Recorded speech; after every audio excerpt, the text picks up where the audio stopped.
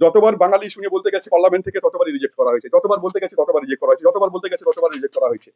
যে বাংলা ভাষীদের উপর অত্যাচার যতবার বলতে গেছি, যতবার বলতে গেছি রিজেক্টের পর রিজেক্ট হয়েছে পার্লামেন্টে, যতবার বলতে গেছি, যতবার বলতে গেছি পার্লামেন্টে যখন কোশ্চেন করেছি একটা রিপ্লাই দেয়নি। কোশ্চেন আওয়ারে যে কেন এভাবে অত্যাচার করা হবে।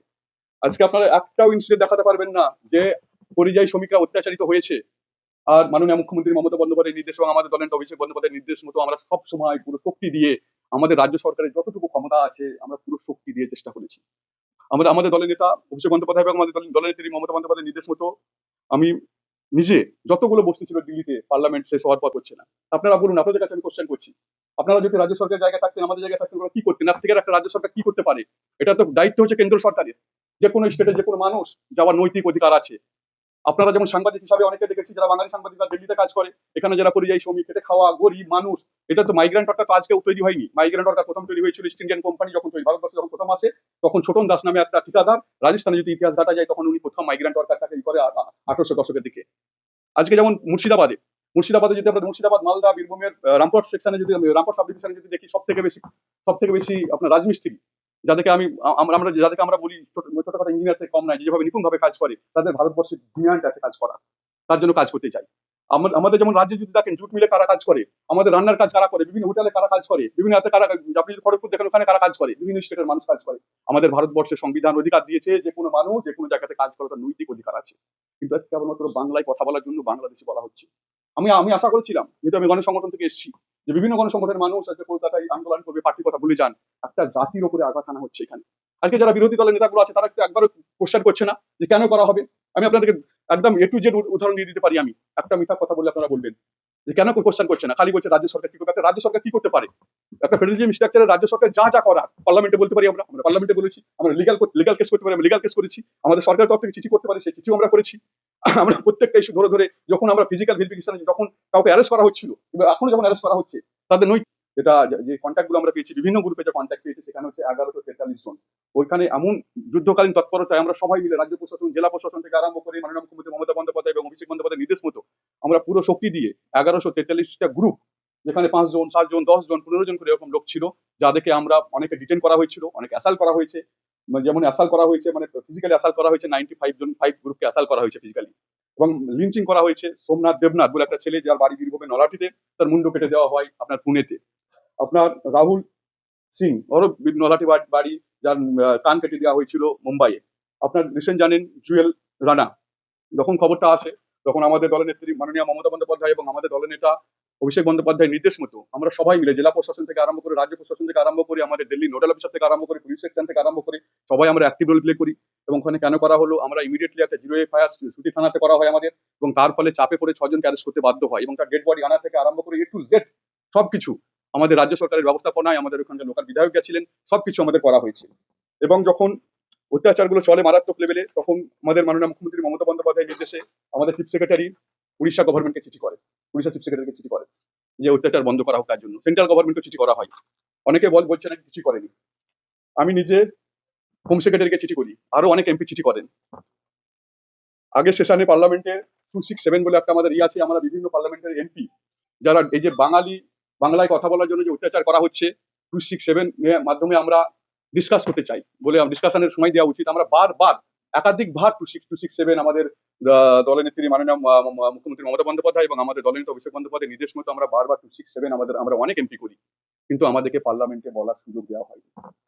তারপরে আসুন, যে রিসেন্ট যে সবাই জানেন, অবগত আছেন, বীরভূমের সোনালী খাতুন এবং আরো যারা 5 জন আছে, কিভাবে একটা প্রেগনেন্ট লেডি, যার 1952 জমি দলিল আছে, সব রকম ডকুমেন্ট আছে। আপনাদের মিডিয়া বন্ধুদেরকে ধন্যবাদ জানাই, এই ইস্যুটা আপনারা সবার সামনে এনেছেন এবং আপনারাও এই ইস্যুটার জন্য সবাই লড়াই করছেন। কিভাবে হাইকোর্ট থেকে আরম্ভ করে সুপ্রিম কোর্ট থেকে আরম্ভ করে সুপ্রিম কোর্টের অর্ডার থাকা সত্ত্বেও আনতে চাইছে না, যাদের সব রকম ডকুমেন্ট আছে। লাস্টে চিফ জাস্টিসের ঘর থেকে যখন অর্ডার আসে তখন 2 জনকে আনা হয়। এখনো সামনে 6 তারিখ আরো 4 জনের জন্য হিয়ারিং আছে। সেটা বলার জন্য যখন পার্লামেন্টে যখন আমি অ্যাপ্লাই করি, তখন আমি নিজে অ্যাপ্লাই করি, তখন পার্লামেন্ট থেকে রিজেক্ট করা হয়। পুরো পার্লামেন্ট থেকে বলা হয় যে এই টপিক নিয়ে বলতে দেওয়া যাবে না। সেকেন্ড টাইম বলে যে আপনি একটু ওই নামটা চেঞ্জ করে দিন, সেটাও করি, তারপরে পার্লামেন্ট থেকে রিজেক্ট করা হয়। যতবার বাঙালি ইস্যু নিয়ে বলতে গেছি পার্লামেন্ট থেকে ততবারই রিজেক্ট করা হয়েছে, যতবার বলতে গেছি ততবার রিজেক্ট করা হয়েছে, যতবার বলতে গেছি ততবার রিজেক্ট করা হয়েছে।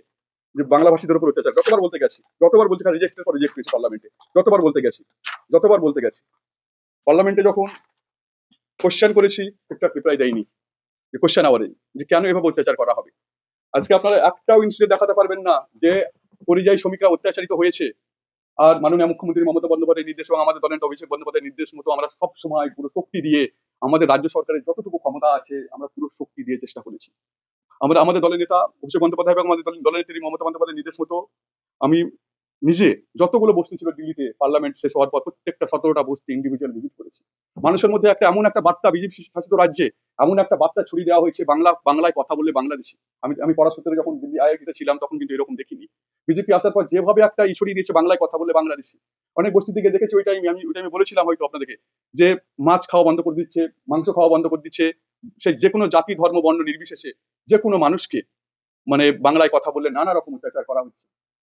এবং আমরা যত রকম আমরা প্রত্যেকটা ইস্যু ধরে ধরে বিভিন্ন রকম যাদেরকে ফরেন অ্যাক্ট মামলাতে জেল ছাড়িয়েছে। আপনারা গতকালকে সবাই অবগত আছেন যে আমাদের দলের নেতা অভিষেক বন্দ্যোপাধ্যায় দুজনকে ছাড়িয়ে এনেছে মুম্বাই থেকে, যাদের বাড়ি ছিল আপনার দক্ষিণ দিনাজপুর বাড়ি ছিল। এবং আমি যেটা দেখলাম আমাদের থেকে পেজ থেকে যে সুকান্ত মজুমদারের এরিয়া বাড়ি। একজনের নাম ছিল গৌতম বর্মন, একজনের নাম হচ্ছে অসিত সরকার। সে গৌতম বর্মন আবার বিজেপির বুথ প্রেসিডেন্ট ছিল। তাকে যখন ফরেন অ্যাক্ট মামলাতে মুম্বাই পুলিশ যাদের সব রকম ডকুমেন্ট আছে এবং এসআইআর তাদের নামও আছে, তাদেরকে ফরেন অ্যাক্ট মামলাতে তাদেরকে জেলে ঢুকানো হয়েছিল। তখন সুকান্ত মজুমদারের কাছে গেছিল, তখন বলেছিল জেল থেকে অটোমেটিক্যালি ছাড়া পেয়ে যাবে, মানে কিছু করার দরকার নেই। তারপরে যখন আমাদের দলের নেতা অভিষেক বন্দ্যোপাধ্যায়ের কাছে যখন আসে তখন উনি লয়ার দিয়ে আদে ওনাদেরকে ছাড়িয়ে আনে। এমন একটা ইনসিডেন্ট আপনারা দেখান এখানে দেখছি যে বিভিন্ন জায়গাতে বলছে কিছু করা হয়নি, কিছু করা হয়নি। কিন্তু যেটা কেন্দ্র সরকার একটা আপনারা বলুন ফেডারেলিজম স্ট্রাকচারে কি হয়? ফেডারেলিজম স্ট্রাকচারে সবসময় হয় যে সুরক্ষা দেওয়ার দায়িত্ব হচ্ছে কেন্দ্র সরকারের। আমি বারবার আমরা বলেছি পার্লামেন্ট থেকে আরম্ভ করে লিগাল থেকে আমাদের ক্যালকাটা হাইকোর্টে 5টা মামলা চলছে সুপ্রিম কোর্টে। আমি মাননীয় মুখ্যমন্ত্রী মমতা বন্দ্যোপাধ্যায়ের নির্দেশে মাইগ্রেন্ট ওয়ার্কার ওয়েলফেয়ার বোর্ড থেকে একটা সুপ্রিম কোর্টে একটা পিআইএলও ফাইল করেছি মাইগ্রেন্ট ওয়ার্কার ওয়েলফেয়ার বোর্ড থেকে। এবং তার এই কোর্ট ওপেন হলে যে কোনো দিন হিয়ারিং হতে পারে। এবং বিভিন্ন স্টেটকে আমরা 12টা স্টেট এগেইনস্ট করেছি যে কেন এভাবে করা হবে। এবার সেটার জন্য ওদেরকে অলরেডি নোটিশ জারি করা হয়ে গেছে। যখন রিপোর্টটা খুলবে তখন আবার নতুন করে হবে। যে আমি দেখছি বিভিন্ন গণমাধ্যম বিভিন্ন দেখছি আমি যে বিভিন্ন যারা বিরোধী দলের নেতাগুলো আছে তারা খালি বলছে যে রাজ্য সরকার কিছু করছে না। আপনারা বলুন, আপনাদের কাছে আমি কোশ্চেন করছি, আপনারা যদি রাজ্য সরকারের জায়গায় থাকতেন আমাদের জায়গায় থাকতেন ওরা কি করতেন? না থেকে একটা রাজ্য সরকার কি করতে পারে? এটা তো দায়িত্ব হচ্ছে কেন্দ্র সরকারের। যে কোনো স্টেটে যে কোনো মানুষ যাওয়ার নৈতিক অধিকার আছে। আপনারা যেমন সাংবাদিক হিসাবে অনেকে দেখেছি যারা বাঙালি সাংবাদিকরা দিল্লিতে কাজ করে, এখানে যারা পরিযায়ী শ্রমিক খেটে খাওয়া গরিব মানুষ। এটা তো মাইগ্রেন্ট ওয়ার্কার তো আজকেও তৈরি হয়নি। মাইগ্রেন্ট ওয়ার্কার প্রথম তৈরি হয়েছিল ইস্ট ইন্ডিয়ান কোম্পানি যখন ভারতবর্ষে যখন প্রথম আসে, তখন ছোটন দাস নামে একটা ঠিকাদার রাজস্থানে যদি ইতিহাস ঘাটা যায় তখন উনি প্রথম মাইগ্রেন্ট ওয়ার্কারটাকে করে 1800 দশকের দিকে। আজকে যেমন মুর্শিদাবাদে যদি আমরা মুর্শিদাবাদ মালদা বীরভূমের রামপুরহাট সেকশনে যদি রামপুরহাট সাব ডিভিশনে যদি দেখি সব থেকে বেশি আপনার রাজমিস্ত্রি যাদেরকে যাদেরকে আমরা বলি ছোটখাটো ইঞ্জিনিয়ার থেকে কম নাই, যেভাবে নিপুণ ভাবে কাজ করে তাদের ভারতবর্ষের ডিমান্ড আছে কাজ করা, তার জন্য কাজ করতে চাই। আমাদের যেমন রাজ্যে যদি দেখেন জুট মিলে কারা কাজ করে, আমাদের রান্নার কাজ কারা করে, বিভিন্ন হোটেলে কারা কাজ করে, বিভিন্ন হাতে কারা, আপনি যদি খড়গপুর দেখেন ওখানে কারা কাজ করে, বিভিন্ন স্টেটের মানুষ কাজ করে। আমাদের ভারতবর্ষের সংবিধান অধিকার দিয়েছে যে কোনো মানুষ যে কোনো জায়গাতে কাজ করার তার নৈতিক অধিকার আছে। কিন্তু আজকে কেবলমাত্র বাংলায় কথা বলার জন্য বাংলাদেশি বলা হচ্ছে। আমি আশা করেছিলাম, যেহেতু আমি গণসংগঠন থেকে এসেছি, যে বিভিন্ন গণসংগঠনের মানুষ আজকে কলকাতায় আন্দোলন করবে, পার্টির কথা ভুলে যান। একটা জাতির উপরে আঘাত আনা হচ্ছে এখানে। আজকে যারা বিরোধী দলের নেতাগুলো আছে তারা একবারও কোশ্চেন করছে না যে কেন করা হবে। আমি আপনাদেরকে একদম এ টু জেড উদাহরণ দিয়ে দিতে পারি। আমি একটা মিথ্যা কথা বললে আপনারা বলবেন যে কেন কোশ্চেন করছে না, খালি বলছে রাজ্য সরকার কি করবে। একটা রাজ্য সরকার কি করতে পারে? একটা ফেডারেলিজম স্ট্রাকচারে রাজ্য সরকার যা করার পার্লামেন্টে বলতে পারি। আমরা পার্লামেন্টে বলেছি, আমরা লিগাল কেস করতে পারি, আমরা লিগাল কেস করেছি। আমাদের সরকারের তরফ থেকে চিঠি করতে পারি, সেই চিঠিও আমরা করেছি। আমরা প্রত্যেকটা ইস্যু ধরে ধরে যখন আমরা ফিজিক্যাল ভেরিফিকেশন যখন কাউকে অ্যারেস্ট করা হচ্ছিল, এখনো যখন অ্যারেস্ট করা হচ্ছে, তাদের নৈতিক দায়িত্ব পড়ে এবং আমাদের সংবিধান রাইটস দিয়েছে যে ভেরিফিকেশন করা ওই স্টেট থেকে কোনো রকম ইনফরমেশন আমাদেরকে দেওয়া হয় না। যখন আমরা বিভিন্ন জেলা থেকে বিভিন্ন ইনফরমালের মাধ্যমে আমাদের দলের ক্যাডারদের মাধ্যমে যখন আমরা জানতে পারছি, তখন আমরা যখন বলছি যে কেন অ্যারেস্ট করা হচ্ছে, তখন বলছে যে ডকুমেন্ট ভেরিফিকেশন করছে আমাদের বাংলাদেশি লাগছে। তখন ওই করসপন্ডিং জেলার এসপিডিএম এর মাধ্যমে ফিজিক্যাল ভেরিফিকেশন করে পাঠানো সত্ত্বেও বলা হচ্ছে আমাদেরকে যে করা হোক, মানে আমরা স্যাটিসফাই হলে ছেড়ে দেবো। তারপরে যখন নানা দিক থেকে যখন চাপ দিচ্ছি, 5-7 জনকে ছাড়ছে, আবার হচ্ছে। এটা হিউজ লেভেলে হয়েছিল সুপ্রিম কোর্টে মামলা করার পর, অনেকটা কমেছিল। আবার কিছু কিছু রাজ্য, আবার বিশেষ করে উড়িষ্যা রাজ্য, আসাম রাজ্য বিশেষ করে এটা নানাভাবে আরম্ভ করছে। এটা সর্বস্তরের মানুষের কাছে আমি আহ্বান করবো যে একটা জাতি, আমরা যেমন অন্য জাতিকে রেসপেক্ট করি, অন্য ভাষাভাষী মানুষকে যেমন রেসপেক্ট করি, আমাদের সংবিধানে অনুযায়ী আমাদের ভারতবর্ষের কোনো রাষ্ট্রভাষা নেই, 22টা যে কোনো অফিসিয়াল ল্যাঙ্গুয়েজ আমরা কথা বলতে পারি। আমরা বাঙালি বাঙালি সম্প্রদায়ের মানুষ, যে যে ভাষার জন্য, যে ভাষাভাষী মানুষের জন্য আজকে দেশ স্বাধীন হয়েছে। আপনারা যদি সেলুলার জেল দেখেন থেকে আরম্ভ করে ক্ষুদিরাম বোস থেকে আরম্ভ করে মাতঙ্গিনী হাজরা থেকে আরম্ভ করে নেতাজি সুভাষচন্দ্র বোস থেকে আরম্ভ করে রবীন্দ্রনাথ ঠাকুর থেকে আরম্ভ করে রবীন্দ্রনাথ ঠাকুর যিনি জনগণ মন ভারতের জাতীয় সঙ্গীত, যেটা 140 কোটি মানুষ যে ভাষাতে কথা বলে, আজকে তাই সেই ভাষাকে বলা হচ্ছে বাংলাদেশি। আজকে দিল্লি পুলিশ চিঠি করছে আমাদের আমাদের স্টেট গভর্নমেন্টকে যে বাংলা ভাষা হচ্ছে বাংলাদেশি ভাষা।